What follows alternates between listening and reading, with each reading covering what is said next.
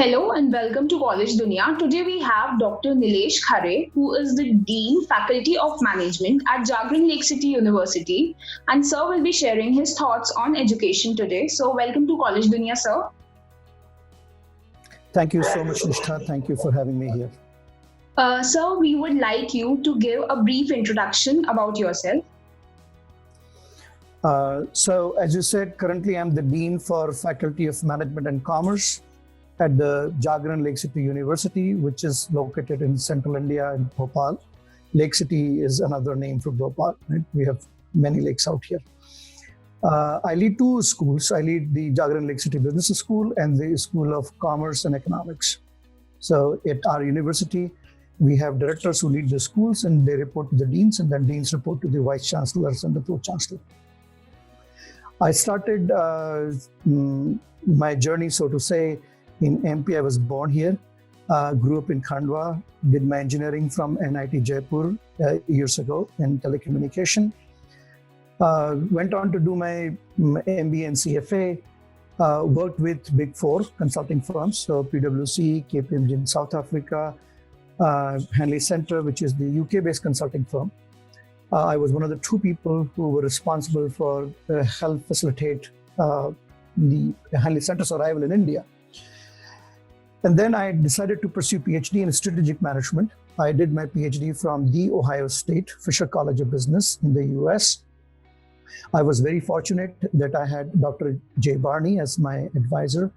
There were several eminent people on my committee. Very fortunate to have had that experience. I moved back after my PhD closer to India. So I was in the UAE, in Dubai, where I worked with two academic institutions, American University in Dubai, and then for 2 years at Abu Dhabi University, where I saw the mid-size young academic institution, and then their transition towards ASESB or AMBA accreditation, ACUS accreditation. So that was a good learning experience. In 2014, I went back to Ohio State, where I taught as assistant professor for strategic management. I used to teach an honors program for undergrad, very distinguished program. I taught an MBA program there for the working professionals MBAs too. And then we are four siblings. Three of us are PhDs, taught at Villanova University in engineering, and then other one still teaches at Carnegie Mellon. So parents are alone here, and we failed to convince them that they could come there. They used to come, but then they used to say that, no, we want to go back to Bhopal. So my dad retired here, and he stayed put here since then. So I came back in 2017 to be with my parents, or closer to them in India, and that was there. I have known the promoter of Jagran Lake City University since 2012, late 2012. And I know that their aspiration that they wanted to build what we call the Global University of Central India. So when I came back here, one conversation led to another, and then there was this conversation that would you help us build internationally benchmarked academic institution here. I found it very exciting, and it also gave me an opportunity to be with my parents right here in Bhopal. So I took this position up.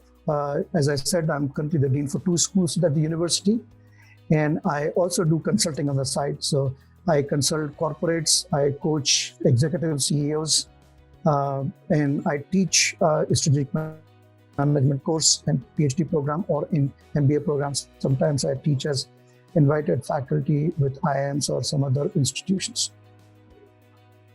Okay.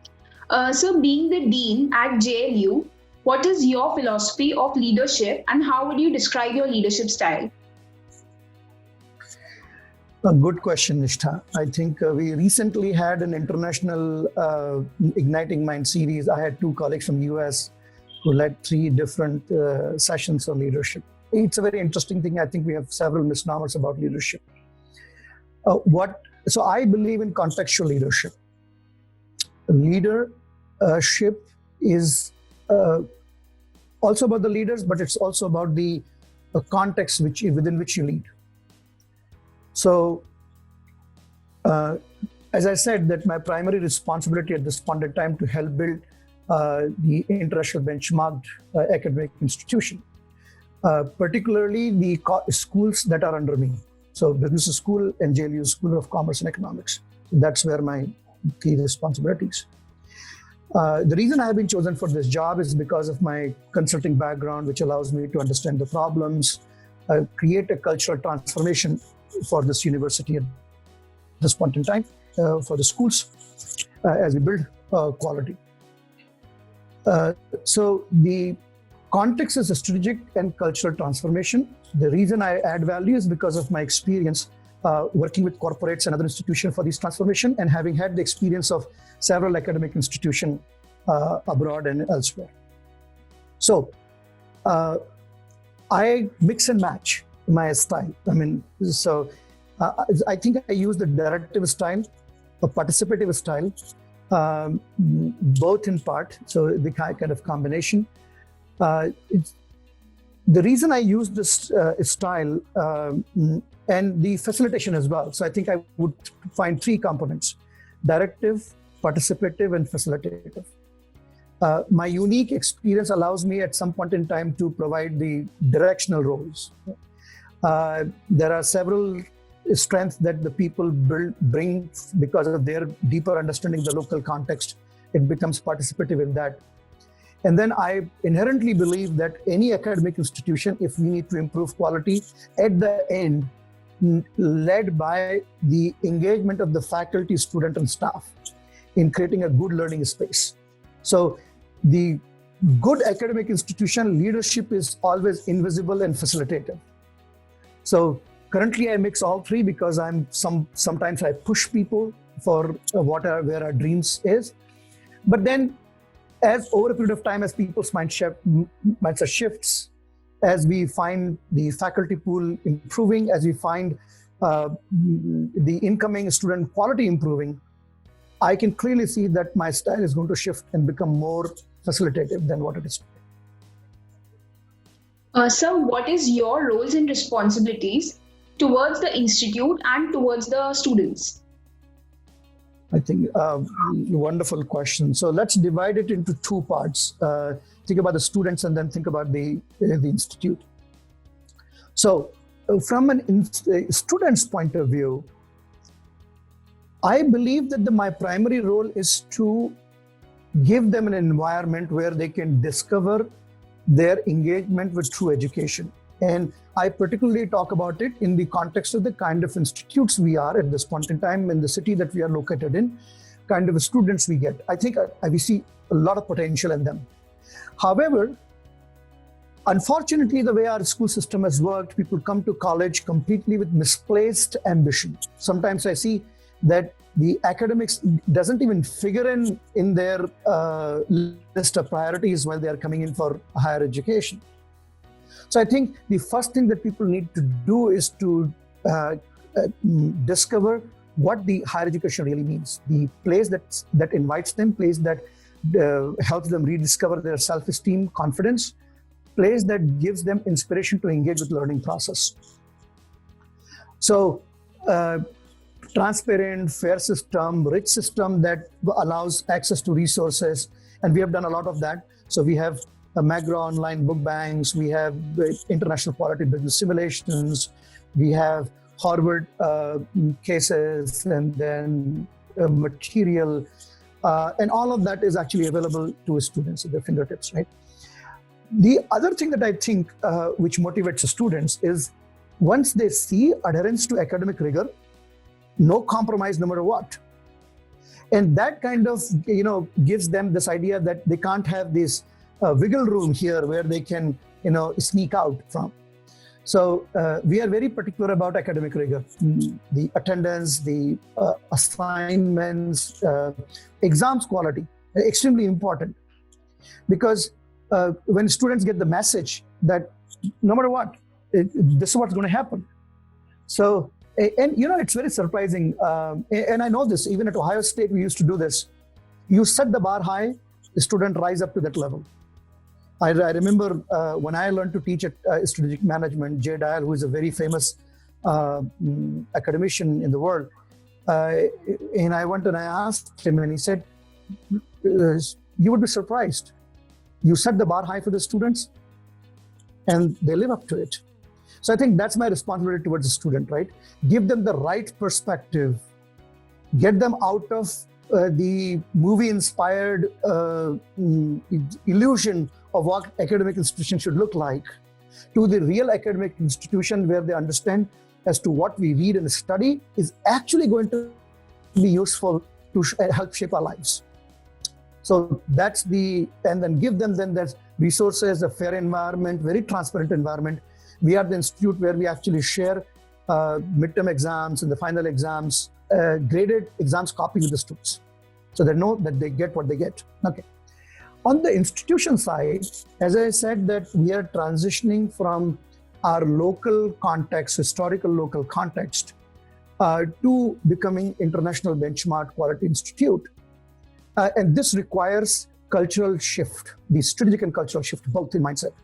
So from the institution side, my responsibility is to transition all stakeholders, the students, the faculty, staff, management, parents, recruiters, everybody, take everybody along. And also at the same time, keep an eye on the economics of our existence, right? We are a private university. We are not very rich. We are a young private university. We are sitting on lots of surplus. So how you manage the transition towards better quality while changing the mindset of the people. And then sometimes I get to be the face of the university, like what I'm doing right now, interviewing with you or meeting with other stakeholders, including regulators. So I do that. And at times, so policy making, and sometimes I also see myself as contributing to be an internal conscience keeper of the university. So I think that's how I sum up my overall responsibility. How does the curriculum of Jagran Lake City University ensure the best practice in the industry? So I think that has been easier actually task for us. Luckily, my background also came handy, at least for the curriculum that we designed for business school, and then what we are doing for the commerce and economics. So I came here with lots of international experience myself, having taught at different universities of different types, including, the Ohio State is one of the top universities, the 50 top universities in the world. So from there to other universities. Luckily for the Jagran Lakes University, we are university. So we have full control over our curriculum. We don't have to go to anybody for permission. We just have to adhere to our own ordinance. So that's the benefit. The other thing is that we have at the university, and this applies to all our schools, every year we have the Board of Studies meetings where we look at and examine our curriculum. So in 2018, we went through a massive curriculum overall for business school. Early in 2018, that became applicable from 2018. We benchmarked it to international practices. So in our business school, we started following minor, major, and specialization practice, right? The choice-based, really truly choice-based curriculum where the students can pick and choose what they want. They don't have to say at the beginning, at the time of admission, that how many courses they would take in marketing. If they want to do major in marketing, they can do that. Then minor in marketing, they can decide at the 5th semester. Even till the end of the 6th semester, they can decide whether this is going to be a specialization or a major or so on and so forth, right? So the flexibility and the curriculum were benchmarks with the international practices that I was aware of. In addition to that, the Board of Studies contributes a lot.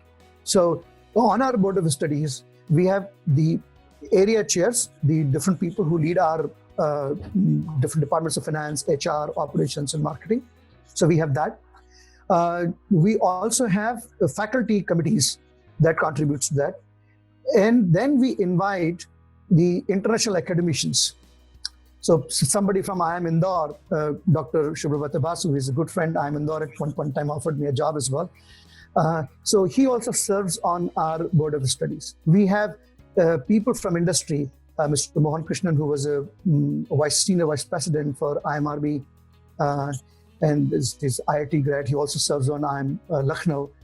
He's there. We have local CII chapter head, ex-chapter head, So we have lots of people with very good background and pedigree, and they really contribute. We share with them our vision of where the curriculum is going. This network brings a lot of resources. Any course, the syllabus, before we determine that this is what we're going to do, we run it through other people from outside, including industry.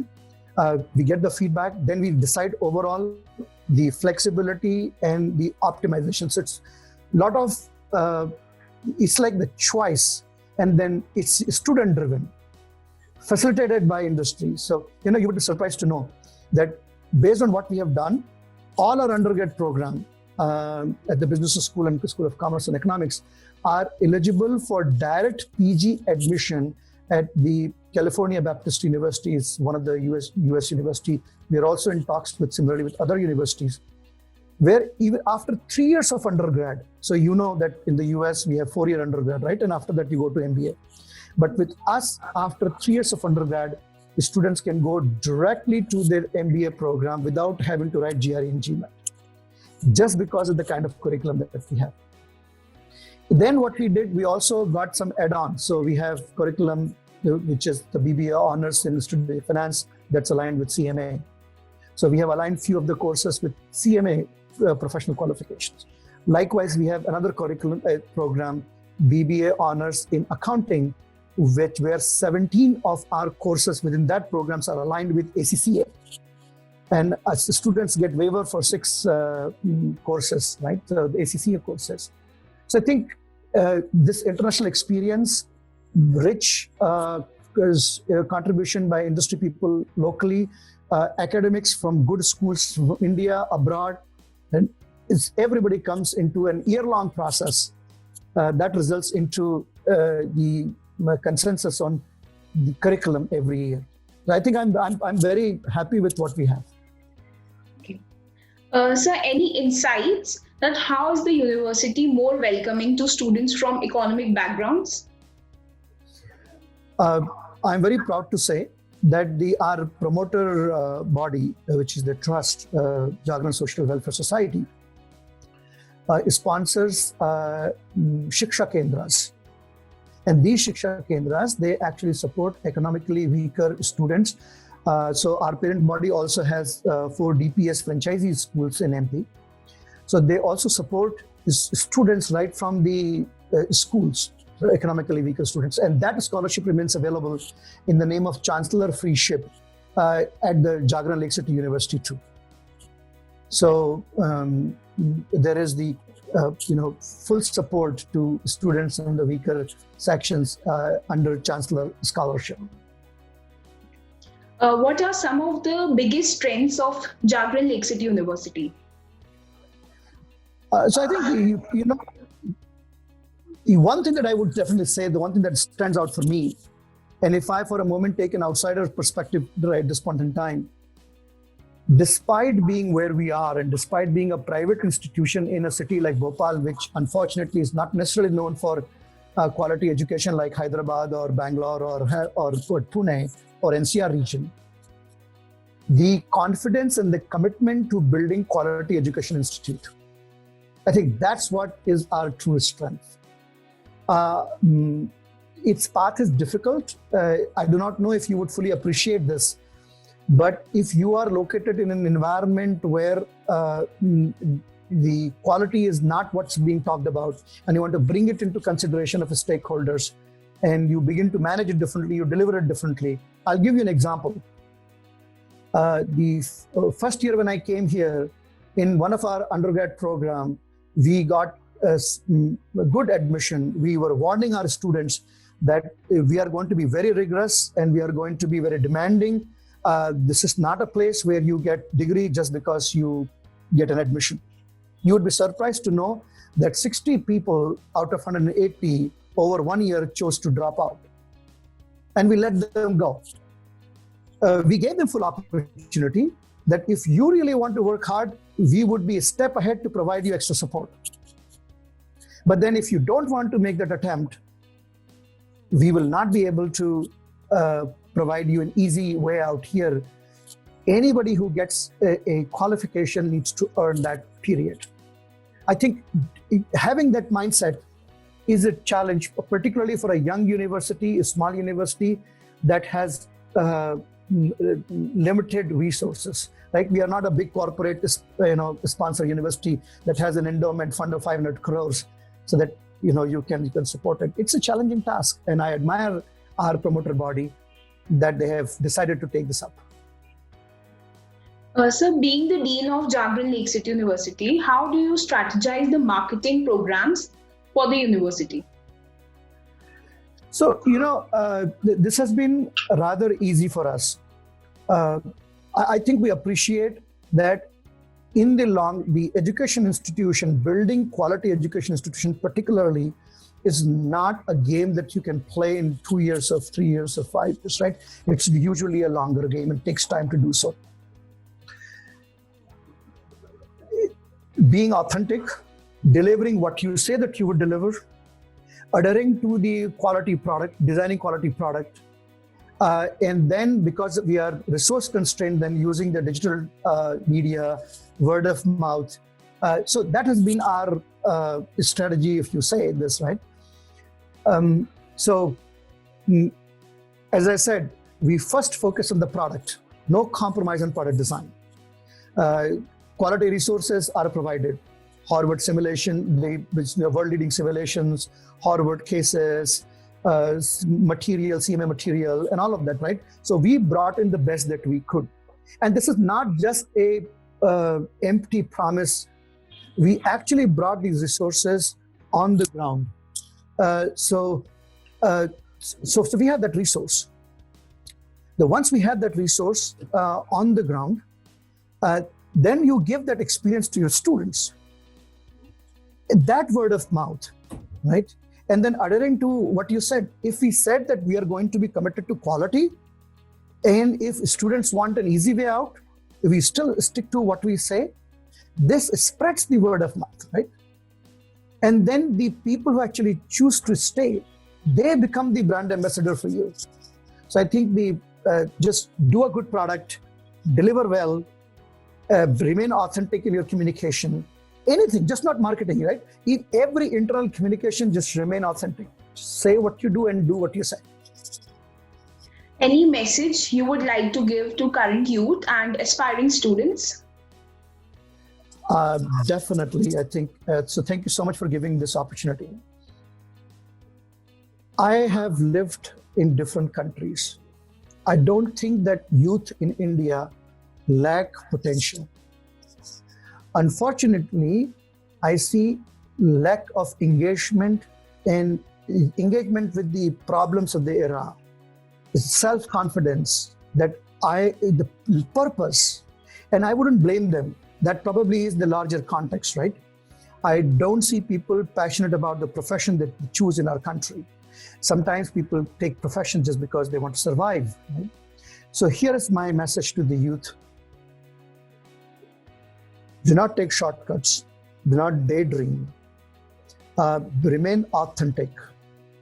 Persevere. Work hard. Build executive functioning skills. Stay committed to truly what you want to do. Find your ikigai. So I know that several of you would not probably know some of these terms. Find them out. Your future, the challenges that your generation is going to face are going to be borderless challenges, water resources, environmental challenges. Our generation is leaving you with income inequality, a divisive environment, and all of that. The challenges are huge. And the people who are particularly getting opportunity to get educated, develop critical thinking and true commitment. I think that's going to be my message to the youth. Do all of this. I know I've said a lot, but this is important. The wishful thinking and misleading hyperbole does not build country and society. If you want to build country and society, it will require hard work over a long period of time. But when you get to be 60 or 70, you'll be very happy if you could do that. Thank you so much, sir, for taking out time and sharing your thoughts on education with us. Nishta, thank you so much for having me here. Best wishes to you too, and to College Dunia as well.